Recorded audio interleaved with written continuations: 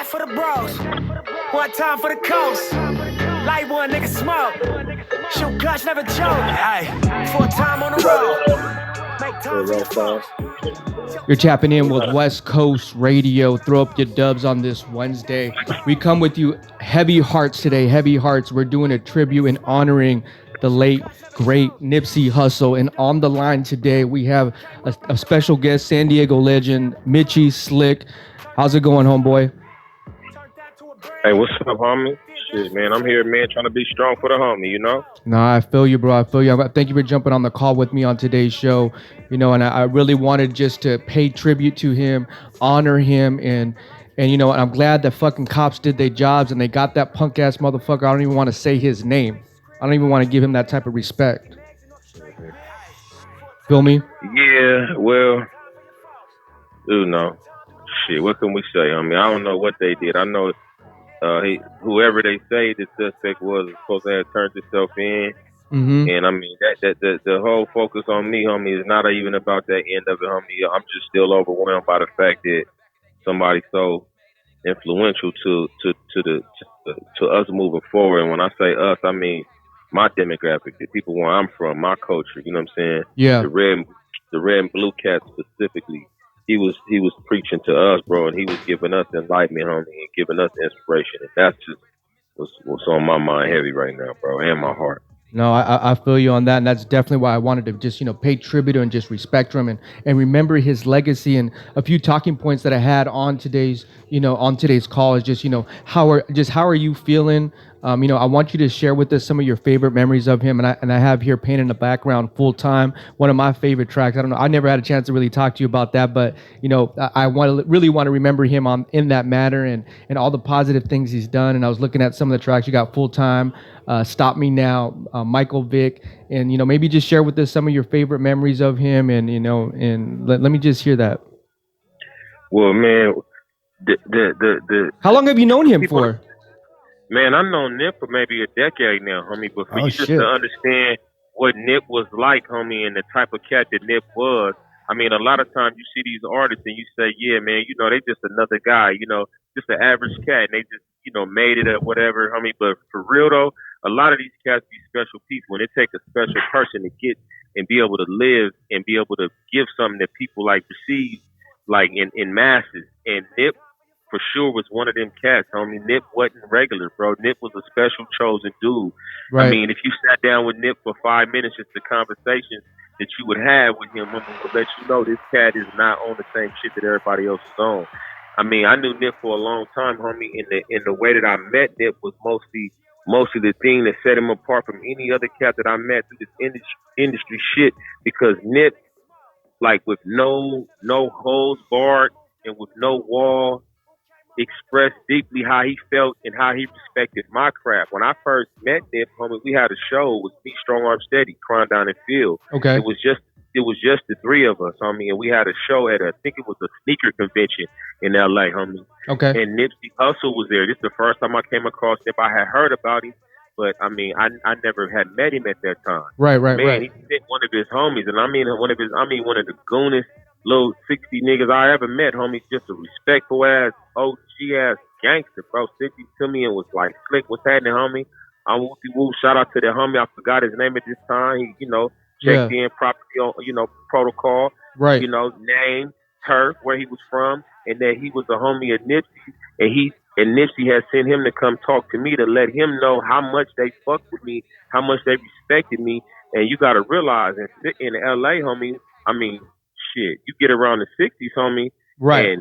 And that's a lot of that shit be like, you know, in today's favor, because they be thick everywhere, bro. They was 100 deep, bro. I had on about $60,000-$70,000 worth of jewelry at the time, homie. Right. And don't do that around 60s in LA, homie. Not being no LA blood rapper, no shit like that. Right. Them motherfuckers came to me, homie, at least 50 of them, homie, with Nip. And this nigga greeted me in a way that no other man ever has greeted me. Not even a rapper, no other man, with the respect, homie, to where, like, I couldn't even believe it. And I knew that nigga was going to be somebody special. Told me he respected me. He listened to my shit. I was one of his favorite artists. He wanted to fuck with me. It was only so few of us real authentic artists in the game. He greeted me like that, invited me to his studio, told me he wanted to work with me, homie.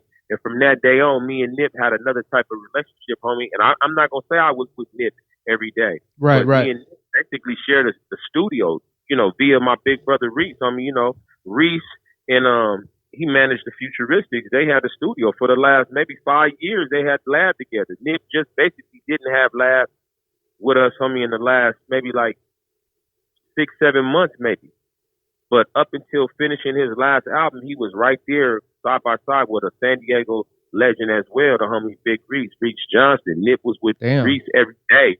Breakfast, workout, whatever, even probably more than a lot of Nip homies from his own hood, because the studio is your workplace, is your sanctuary. Right, right. You share a studio with a nigga, then you're going to be with him more than you're going to be with the homie. Right. So really, Nip was really a part of our crew, homie, and was really a big link to San Diego. And he was just down here. Yeah, he was just down here, bro. I don't come out every time. We make it a special. Yeah, I know. Usually when Nip come to town, he bring me out right in the middle of his set. Right. Turn up. You know what I'm saying? It's all over YouTube. That's my nigga, man. That was my brother, bro. Like, for real, homie. Man, shout out to Nip, his family, Adam, Black family, my niggas. I even fuck with all Nip's homies. If you go look, damn near every nigga on All Money In, all his artists, I'm on all their albums. From Baby Hog to Pac-Man, the homie Jay Stone. I'm on all their albums, homie. And you what I was gonna say, man, I wish, and big shout out to all Money In, everybody out there, you know, the whole camp. His condolences to his family, you know, man, bro, I can only imagine. I know all of us have been through something like this, have paid stripes in the game, and it's just so. And I was just telling Jerry over at Watkins Bail Bonds, I was like, to be a business owner, to be standing in front of your business, like I'll start arguing with somebody right now on the street too, but like, fuck that, don't be coming over here. I can only imagine. Well, you got to understand that internet shit and what you hear on the internet and the stories that's out there, it's a lot more to it than just that. Yeah. You know what I'm saying? It gets deeper. Yeah. But my message is this, and I can't say it all at one time, but I know this interview is going to be heard. And a lot of this shit is due to the mentality and to the guidelines of this Southern California gangster shit. And the shit that you have to do as an artist and as a gangster.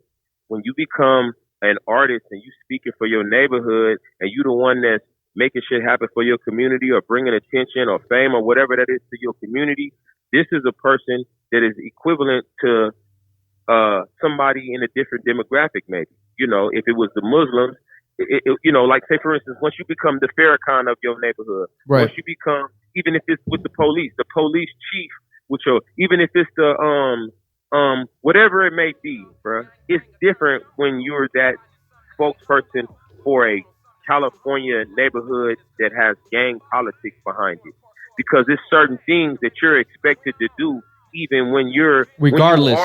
When you are the Martin Luther King of your neighborhood. We have to have a code that says if this man is who this is, we have to understand that these consequences for him are different.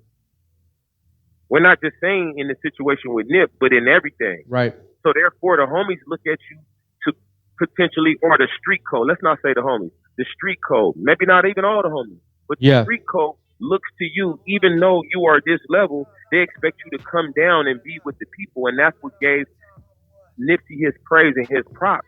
People love Nip because he was a Crip. He was with the homies. He was on the front line. He had a store in the hood. That's what made Nip that big. But at the same time, that's the same thing that made Nip not be here with us today. Yeah. Because Nip was out there with the everyday people. Yeah. You know what I'm saying? Yeah. Farrakhan was with people, but Farrakhan wasn't out with the regular people like the regular people. Cleopatra wasn't walking amongst the townspeople. She was put up. You know what I'm saying? She was protected, not because she's better than everybody else, but because she's perceived a way, because Nip was perceived a way by the people, and the consequences for certain things are going to be different for him because of who he is. Not saying that he's special or worse, but just the way that you are looked at or appeared to be to the people. To the homies, you might not be a homie, regular homie. To you, you're a homie, but to the homies, you're not a regular homie. You're a superstar. Yeah. You're on TV. Yeah. The effects of this man slapping some dude in the neighborhood is going to be different than Lil Joe around the corner slapping this man. Right. If if so and so slap him in the head, it's gonna be. Just think of the repercussions of it.